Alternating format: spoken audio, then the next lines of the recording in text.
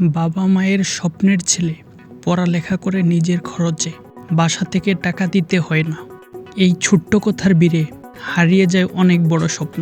অনেক কষ্ট আর পরিশ্রমের ফলে কিছু টাকা পায় টিউশন ফ্রি। সে টাকা দিয়েই চলে তার জীবন। কিন্তু এই টাকা উপার্জনের জন্য নিজেকে কতটুকু কষ্ট করা লাগে সেটা সেই বুঝে যে করে। কি আর করার, এখন আর টাকা বাসা থেকে চাওয়াও যায় না।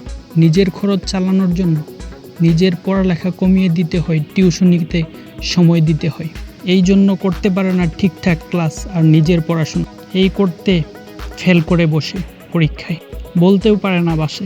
শিখে ফেল করার এক্সপিরিয়েন্স। এভাবেই ফেল করতে করতে 5 বছরের পড়াশোনা শেষ করে 7 বছরে এখন সেই বাবার স্বপ্নের ছেলে কাটিয়ে দেয় টিউশনি করিয়েই তার নিজের জীবন। স্বপ্নই থেকে যায়, বাস্তবতায় বাবার স্বপ্ন কিছুই পূরণ করতে পারে।